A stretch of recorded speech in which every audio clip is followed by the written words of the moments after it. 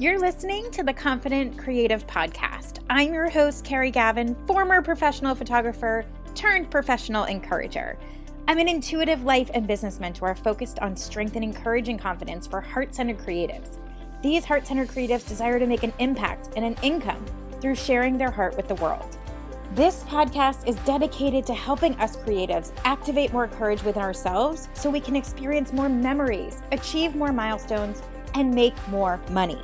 In addition to empowering stories, this show will also include practical, actionable strategies from thought leaders, influencers, impact makers, and my own personal experience.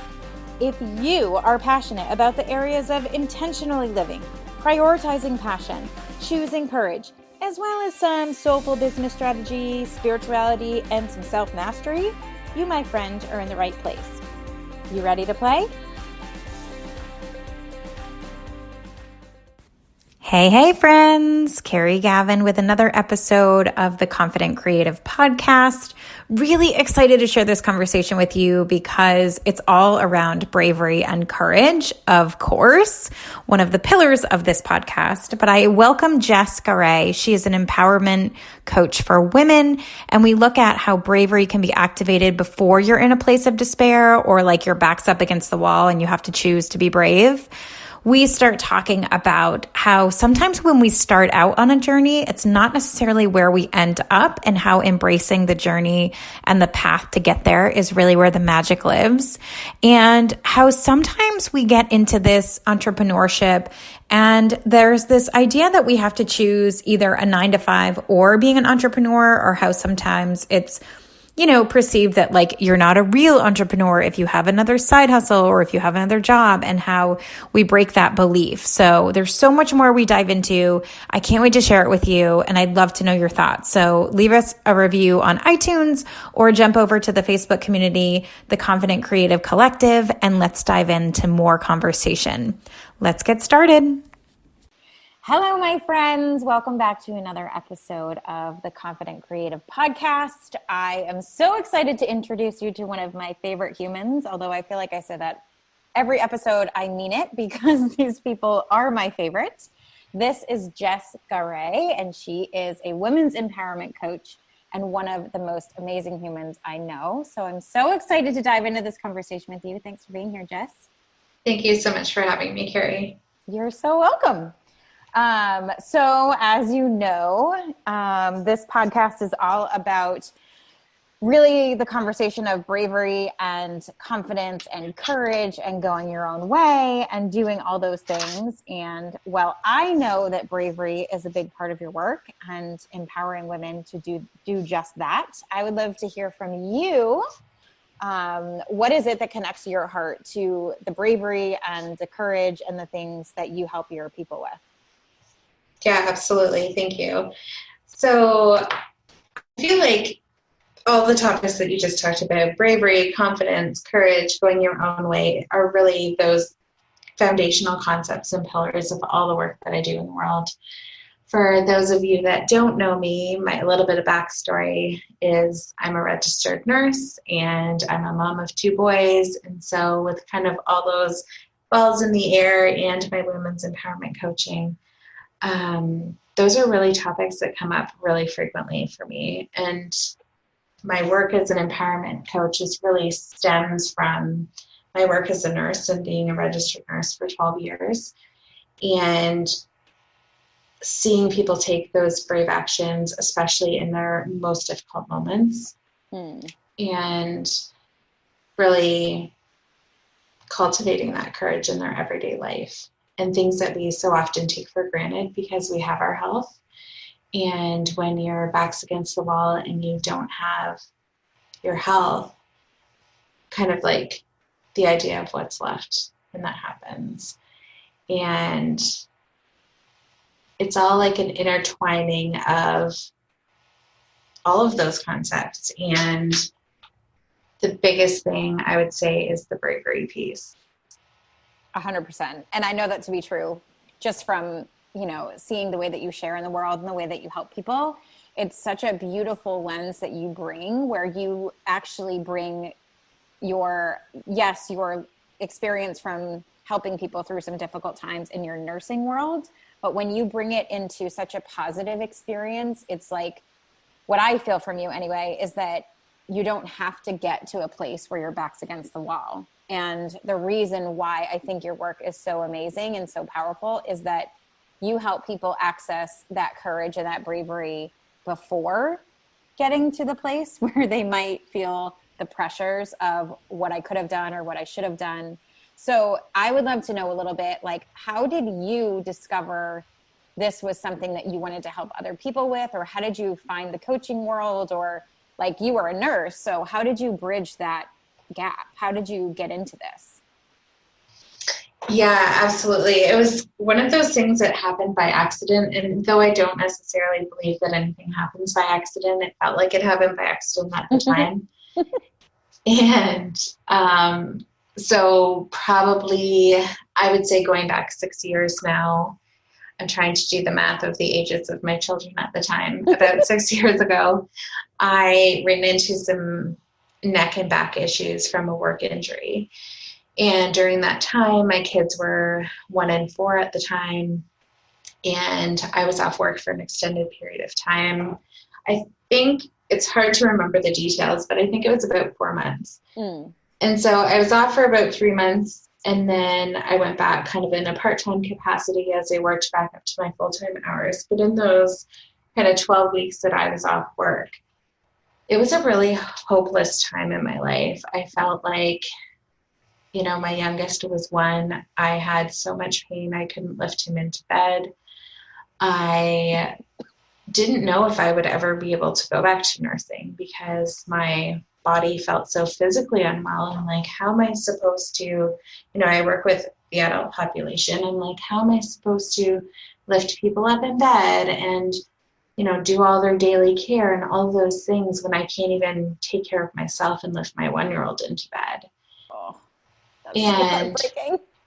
It was really heartbreaking. And I was reevaluating everything in my life. You know, we had kind of, you know, how when you're growing up, you have like these timelines of the things that you want to happen in your life. And so for me, it was always, you know, get married, have kids by 25, have a house, you know, all check these all the like boxes, go through all the, you know, the list of all the things we should have. And that's what makes us an adult. Yep. Got it. Yes.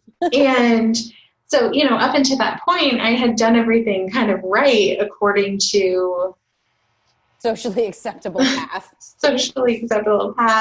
My own kind of history of the things that I always thought were the right way to do things, the way that we were raised, all of those things. And, you know, up until that point, I thought, I'm going to be a nurse. I'm going to work in the same building for 30 years, retire with the pension, and all will be good. Right. I didn't know that the whole world of entrepreneur existed. I didn't know that personal development was a thing. I mean, I did do tons of reading and I listened to podcasts and all those things, but when I kind of got into that situation, I began to seek out new opportunities and see what else was out there. And I, at the time, had a ton of pain, as we talked about, and I had a friend who recommended a product to me to try. Now, I didn't know that direct sales, network marketing, any of those things were a thing. And granted, going back 6 years, that was not as common as it is now. 100%, yeah.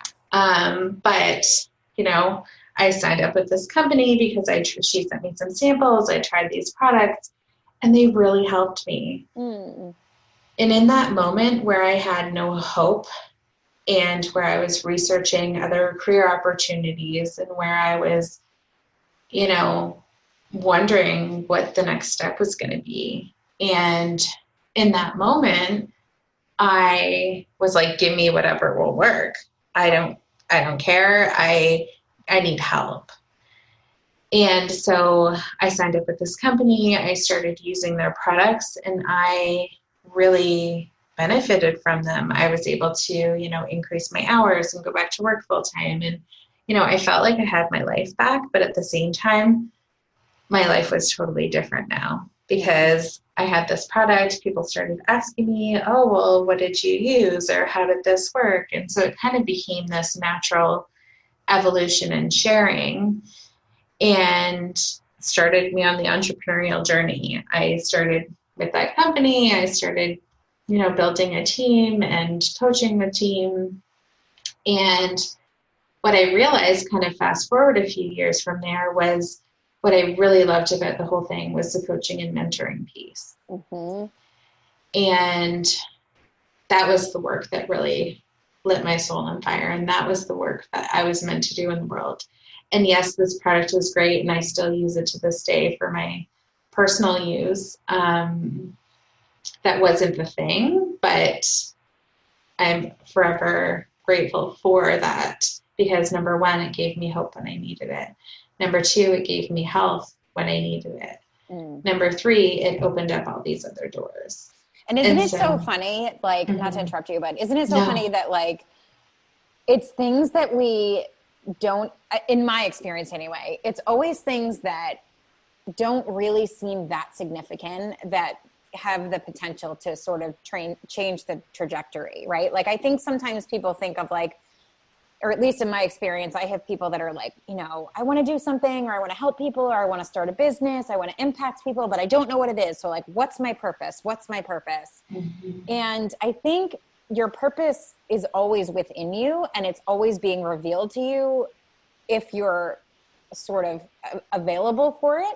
And I think what happens, like, I never knew that was the way that you found this industry and the work that you do in the world. I never knew that it was through a network marketing company.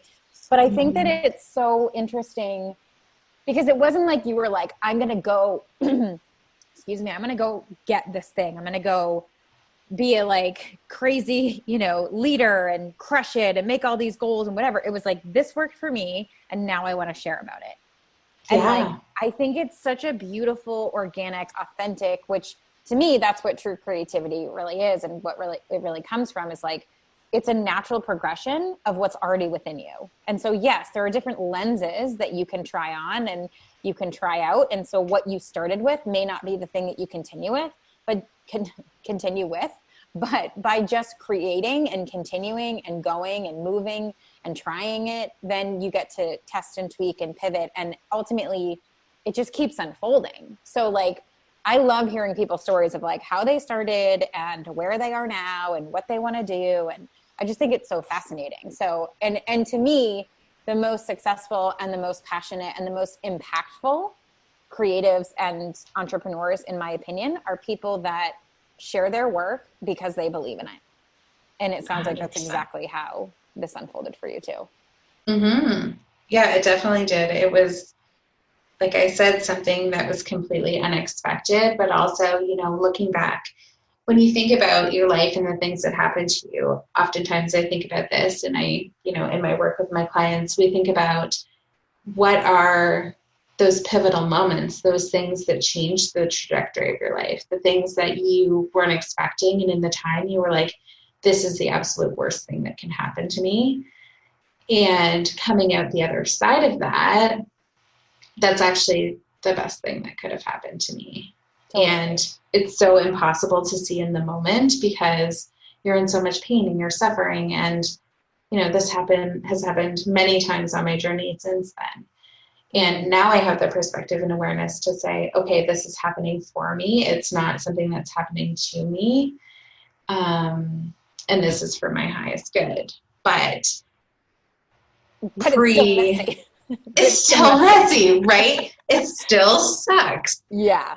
And I think that's an important thing to say, right? Because a lot of times, like, especially if you've sort of been in the, self-help, personal development world for a while, you've likely heard that before. Things, when you really drop into recognizing that things happen for you and not to you, and you actually, know that ultimately, like, there's quote unquote a blessing in disguise and all those things. But also, it's not always rainbows and unicorns, right? Like, even though you can have that awareness, it doesn't necessarily mean that it's super enjoyable either. 100%. And I think that's something that's glossed over in this industry a lot. Like, once you sort of unlock this awareness of, like, how life works, it's not really that easy to be like, and because you know all this, it's fantastic and it's all sunshine. Like, I think that we have to remember, even though it's happening for us, sometimes it feels terrible in the moment. Yeah. Yeah. Definitely. Yeah.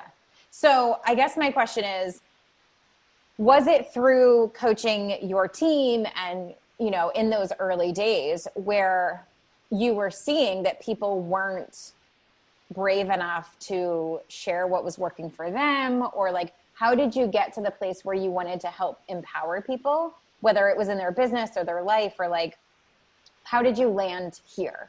Because there's a million ways you could have gone, right? Like whether it was sales coaching or whatever. So what was it about the bravery piece for you that really dropped you into the empowerment lens? I think that for me, it was, you know, working in those beginning stages with the people on my team that really ultimately led me to where I am now. You know, there was many different moments along the way, of course, but the way that, and I think again, network marketing, direct sales, all of that has come a long way in terms of the way that they teach people. But in the foundation back 6 years ago, it was all about, you know, making duplicable path and, you know, teaching your team the same thing. And it was a lot about like cold messaging and reaching out to people. And I know you and you know me, and that is definitely not the way that we do life and the way that we do business. But it was like this like cookie cutter script of this is the way to do it. And I actually distinctly remember when I was leaving the company and when I was talking to my upline and telling her about, you know, switching more into the coaching thing and going online and not necessarily doing like or like in-person classes and things like that, which is all like the model that they were teaching. She was like, oh, that's not a thing. Like, you can't do this online. Like, the magic in this is sharing the product with people and, you know, having them experience it and smell it and feel it. And though I do agree that that is a big part of it, it's not all of it. And yeah, I knew that there was more. It definitely might sell product, right? Like that's the way to sell the product, but that's not necessarily the transformation. Right. Right. And so it was, you know, this health-based product. And I was like, there's so much more to this than little bottles of product. Right. You know, there's so much more to this than, it was like going back on my journey. It was the hope. It was the healing. It was like those pieces that I was like, this is why this is magical. And I wanted to share more of that. I didn't want to be like, oh, are you struggling with a headache? Here, use this. Right. Are you, like, it was so much more than that for me. And so I think that leaving that company and focusing more on the coaching realm where I could do the healing, I could support people in their health. And I dove into, you know, I feel like everyone we meet is for a specific reason and purpose. And I met this incredible woman on my journey through personal development. She was not associated with the company at all. I just, back in Periscope days, if you remember Periscope, I found her on Periscope and we just began connecting, and she opened a life coaching certification school. And I didn't even really know what life coaching was. I just knew that I wanted to help people. I knew that she was incredible and I wanted to be a part of anything that she was doing.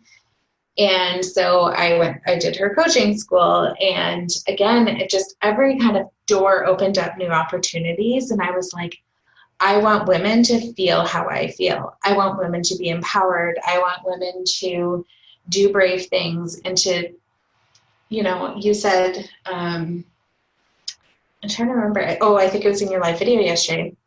You were talking about like the next best thing. Mm-hmm. Like, oh my gosh, yes. Like that is such a big piece. And I know because you work with similar people too, where it's like we can get so stuck in wanting to do all the things that it ultimately creates paralysis, right? Like it's just so hard to cut through all the noise and then feel like we're enough. And then am I worthy of this and all the things? And so I think that is a piece that I will talk about forever, is really just dropping into what is the next best thing, not what is the best next thing, because that's where perfectionism comes in, but the next best thing. And from what I hear from you is that, again, it still goes back to what you personally were experiencing and what you wanted to share with the world, whether it was through this network company or not, it was an interchange within you. And so what I'm curious about is like, did you always have that self-trust where you felt this sort of little nudge, whatever it is, a whisper, a nudge, to just do this thing? Like, did you always believe that was right for you? Or did you have to cultivate that skill? Was it like, I'm going to be a nurse, this is what I'm going to be, and that's going to be forever? And then when you felt called to go into this other network marketing thing, was it like, you just knew it was right? Or you went into life coaching school because you knew it was right? Or were these things that you had to really start to nurture within yourself to be able to honor that? I think it's a hybrid. It was definitely something that, I had like a feeling of this feels right, but also there was so much that I didn't know. Yeah. And there's still so much that I don't know. And I think almost as you get further along in your entrepreneurial journey, I feel like sometimes it's almost worse. Like you look back and you're like, okay, 6 years. I thought I would be in a totally different place. I thought I would be so much further along, whatever further along looks like, right? We have all these, again, ideas in our head of specific timelines and things that we're supposed to check off a list to prove that we're doing it right. Yep. But really and truly, it's all a journey. And every step we take gets us closer to where we're meant to be. And it just... sometimes I think I don't even know how I got here because there's been so many steps along the way. And I know that there's still a million steps to go. And that's what makes this journey beautiful, because you don't know what's coming next. Right. But there's so many possibilities. Yeah. And I think, at least in my experience, the greatest sense of suffering comes from thinking we should be somewhere else. Right. It's like, oh, but 6 years ago, I thought it would be further along. And my question is always relative to what? Right. 6 years further along relative to the people you're comparing yourself on the internet to? Right. Or 6 years compared to what your parents told you should do? Or 6 years compared to the dream they sold us about sitting on a beach with a laptop? Like, what is it? And I think it's important to be curious around those sneaky sort of, I don't even know what I call them, but they're like sneaky agreements we make with ourselves of like what we judge ourselves on of where we think we should be, instead of, and I know that this is why I know that this is a really important part of your work too, is like actually being present to the journey and not rushing to get to somewhere else, and embracing the messy middle, and really knowing that like this is the actual work. It's the doing of it. It's not necessarily just arriving at the place. Yes. And how many times have we said to ourselves and really believed that, when this happens, then I can be happy. When I get to this destination, then I can be happy. When I have this many dollars in my bank account, then I can be happy. Once this date on the calendar is passed, then I can be happy. And so you're hinging your happiness on a moving target. 100%. And on an external condition that you have no control over. Yes. So absolutely.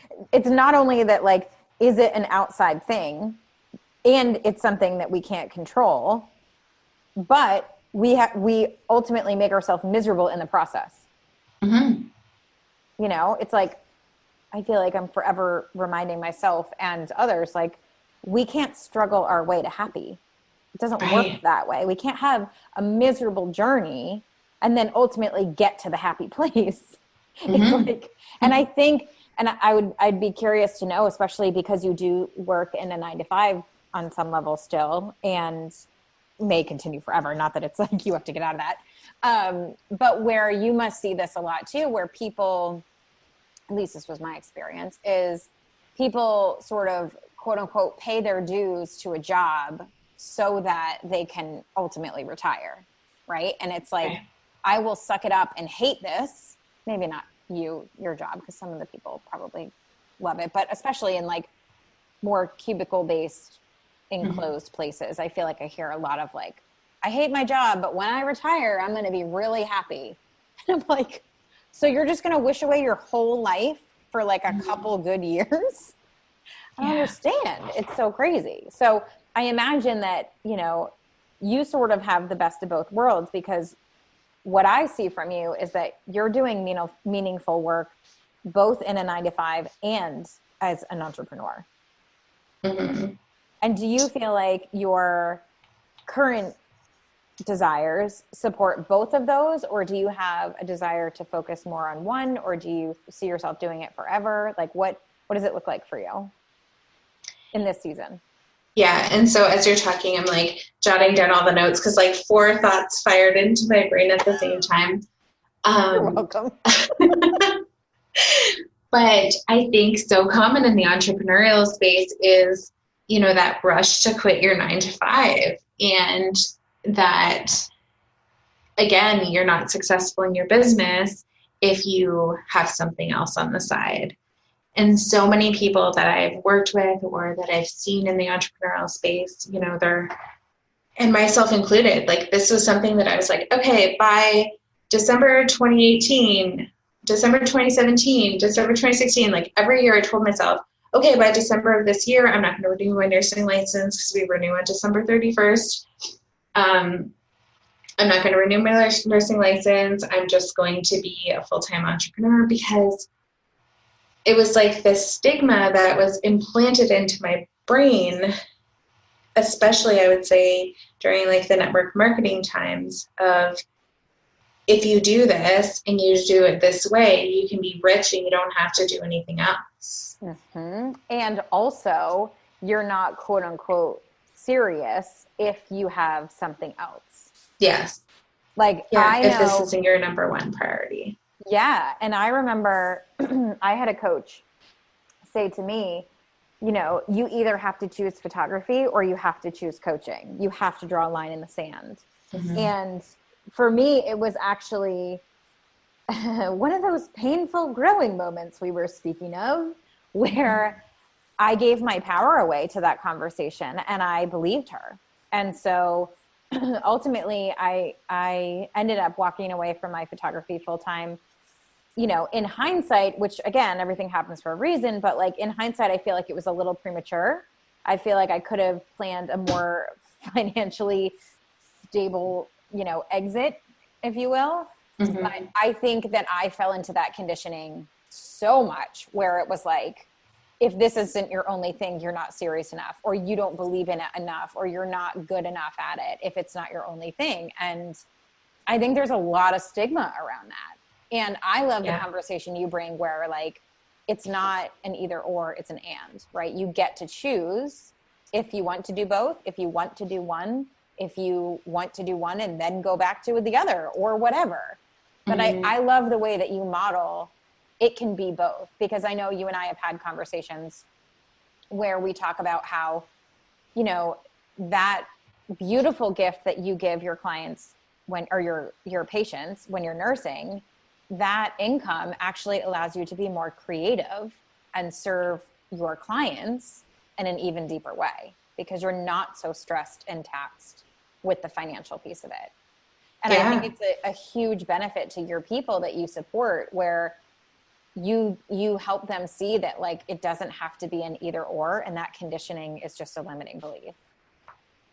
Definitely. And I think that, you know, that stigma and that rush to quit your 9-to-5 and the not being serious and all of those things, those are all conversations that I had previously with coaches or uplines, or, you know, even within my own head of, oh, do you really believe in this? Because you're not taking that big leap. But what I've discovered, you know, several years forward now, is that I'm a firm believer in not cutting off that tap and not cutting off the flow of abundance into your world. Because if you do have that financial burden and pressure and stress that's looming over you of, you know, I must put this out into the world in order to pay my bills, in order to have food to feed my family, like that cuts off all the creativity and flow that you're talking about.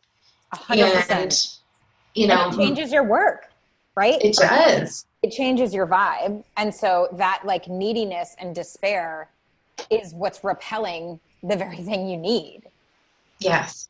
Right? And so I just think it's a conversation that needs to be shared so much more, because I think that there is so much shame wrapped up in it, and there is so much judgment, and there is so much like snarkiness around it. And, you know, hindsight's 2020. I know for me, like, I wish I had someone like you in my ear being like, wait a minute, are you sure that that's actually in service to your work and your people? Maybe, right. Maybe not, you know? So I love that that's a really big piece that you support people on, where like, yes, jump if that's what you want, but also it's not required. Well, and you can jump in other ways, right? Yeah. Totally. 4 years ago, I was working full-time as a nurse. This is going to sound absolutely crazy to people listening. It even sounds crazy to me listening back to myself. But I'm thinking it was about 4 years ago. I was working full-time as a nurse. I was basically full-time in my business on my off hours. We homeschooled our kids, which we still do, but they're a lot older now, so homeschooling looks a lot different. My husband was working full-time in a 9 to 5, Monday to Friday. And so I would, at the time when I was full-time, I would work 2 12-hour day shifts, 2 12-hour night shifts. Between the 2 12-hour night shifts, I would sleep for 4 hours. And then after the second night shift, I wouldn't sleep at all, because my husband was working. My husband was working. I was home with the kids. And, you know, his boss at the time was super generous. You know, when I was working my day shifts, he was able to be home. And so that was kind of our arrangement, so that we didn't have to do childcare. And I was a miserable human. Like that was a really bad season. And I remember feeling sick and tired, and, you know, I was like, is this even worth it? And so I think that was part of the rush too. I was like, well, I can't do everything, so I need to get rid of this nursing job so that I can do the other things that I really want to do. I can't do everything. Right. And, you know, what I discovered is that life gets to change. Like, you can make modifications. It doesn't have to be either or. It doesn't have to be all or nothing. Right. So I shifted to be a part-time nurse. And so now, even to this day, I work, you know, 2 to 3 days a week. And they are 12-hour shifts. So if you do the math on 3, that's still 36 hours. So it's not super part-time. But when I do, you know, I work 24 to 36 hours a week nursing. And then the rest of the time, I work in my business and I'm with my family. And, you know, so making some of those decisions to shift, again, it doesn't have to be all or nothing. You can work an extra job on the weekends or in the evenings and do your business in between. And if you have kids, you can do whatever works for your family. And I think that is something that feels so rigid for a lot of people. They're like, if I don't do it this one way, I'm not doing it right. 100%. Oh my gosh. That's another huge source of suffering, is this right and wrong thinking, right? It's like, if I don't do it this way, it's not right. Well, right according to who? Like, have we ever even explored these thoughts? Like, are we thinking about what we're comparing it to? Are we comparing it to what our parents told us we had to do? Or, you know, what we see, again, people online doing, which we don't even really know because it's smoke and mirrors a lot of the time. But I think it's so important. And I think it's such a big conversation that I don't think is happening enough. I think there's a lot of work to heal there and a lot of work to undo with, you know, a lot of people in the industry, really, myself included. I mean, there's still residual effects of that for sure. So I think that that's a really, really interesting, important conversation. I'm happy we got to that. But I would love to know where you find your inspiration for your own creativity. I would say it's multifaceted. I get a lot of inspiration from other amazing entrepreneurs that I've had the ability to connect with and network with. You know, seeing them do brave things in the world inspires me to do brave things. And, you know, coaches and mentors and books and podcasts, like literally I consume all the things. But I would say that the biggest source of inspiration are going back to my patients. And that's another thing that I wasn't able to leave nursing for, is because I deeply connect with those people, with my colleagues, with the patients that we take care of, with the other people that are responsible for the care of the patients. And a lot of my inspiration comes from them. You know, before we talked about retirement and, you know, the idea of working your whole life to get to retirement and then you can be happy. I cannot tell you the number of people that I've met that have worked their entire lives that retire and get sick right away. And I still can't comprehend if it's, you know, they're finally slowing down and, you know, not in the hustle mode of doing their 9 to 5 and raising their kids and all the things. And finally they're like, okay, well, I thought that pain was because I was working so much, but now that I'm not working, I still have that pain. So maybe I should get it checked out. And then they discover that they have something. And I don't know if we said this at the beginning or not, but I work with cancer patients. So, you know, people that get a really terrible diagnosis after they've worked for the last 40 years of their life, and they're finally, you know, off to the cottage up north where they're going to retire, and they're like, oh, well, maybe I should do one final checkup before I go. And, you know, something terrible happens. And we work with people who are anywhere from like age 18 to 100. And, you know, there are so many people. The ones I would say that are the hardest are people that are my age and my parents' age. And that has always been true over the last 12 years. It's always been, you know, the people that you can really relate to, people with young kids, people with grandkids the same or similar age to my children. And I mean, there's so many people. Bravery. Like, I can't even imagine your courage every room you go into, because I mean, they can see your face. They know. I mean, they know why they're there, especially when you're working with people in that stage. So the amount of compassion and holding space and love that you have moment by moment, like that is a lot of energy to hold for people. And the courage it must take for you, especially being in connection with people where it does really hit home for you. Like, that's a lot to manage. It is a lot to manage, but at the same time, it's so inspiring for me. Like, you see people who are essentially fighting for their lives, and